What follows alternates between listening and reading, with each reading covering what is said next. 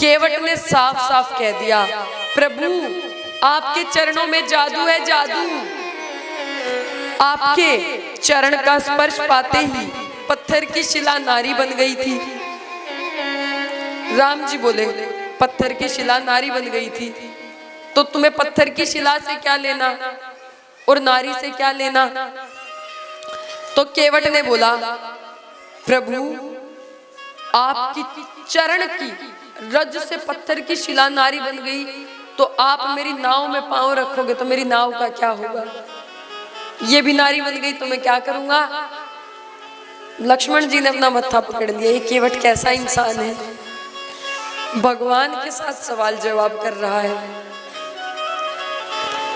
अब समझाया केवट को कि वो पत्थर की शिला थी जो नारी बनी, और ये तुम्हारी नाव पत्थर की नहीं है। केवट ने बोला, प्रभु वो तो पत्थर की थी, उसको तो बनने में देर लगी होगी, ये तो काठ है, ये तो तुरंत बन जाएगी, और सालों से जल खा रही है और नरम हो चुकी है, ये तो तुरंत बन जाएगी। हे महाराज, मैं बड़ा गरीब आदमी हूं, इसी नाव से अपने पूरे परिवार का भरण पोषण करता हूं।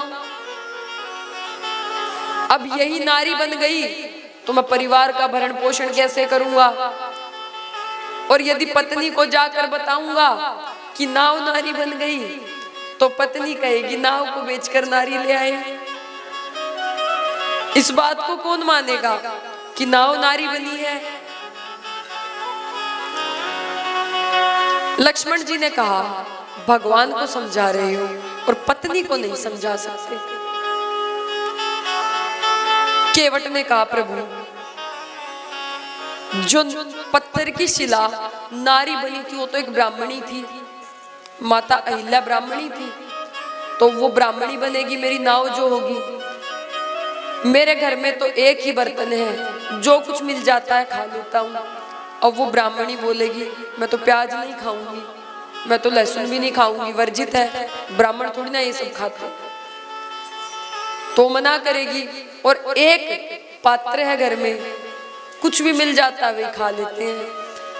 मैं गरीब आदमी हूं महाराज, मैं कैसे पूरे परिवार का भरण पोषण करता हूं ये मैं ही जानता हूं।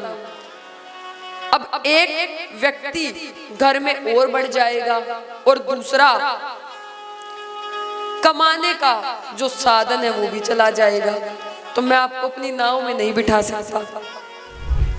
राम जी बोले, बड़ा अजीब भक्त है।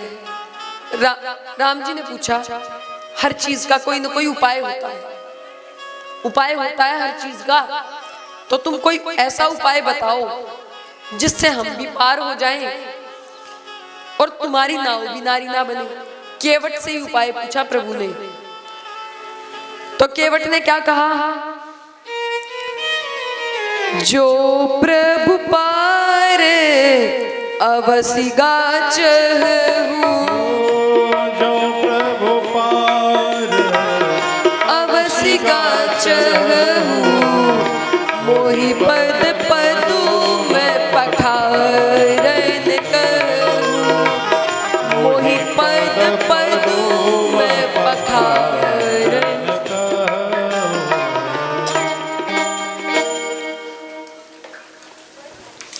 कि आप मुझसे अपने चरणों को धुलवा लीजिए। केवट कहता है, मोहि पद पदु में पखारन कहूं, आप मुझसे कहिए कि मैं आपके चरणों को धोऊं। आपके चरणों में जो जादू है वो इस चरण रज में है, मैं धो के इस चरण रज को निकाल दूंगा, फिर आप आराम से पार हो जाना।